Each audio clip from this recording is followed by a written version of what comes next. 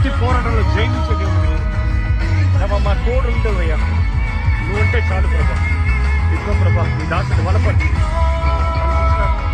ప్రతి స్థలాలు సేవలు ఇవి వర్జలింపజేయ. నీ మహిమ మన దేహాన్ని ముట్టయ్యా, నీ దాసుని దేహాన్ని ముట్టు ప్రభా.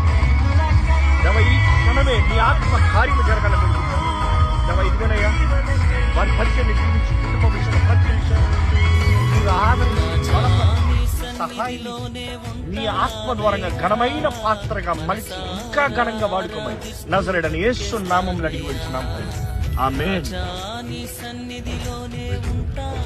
చాలా సంతోషం.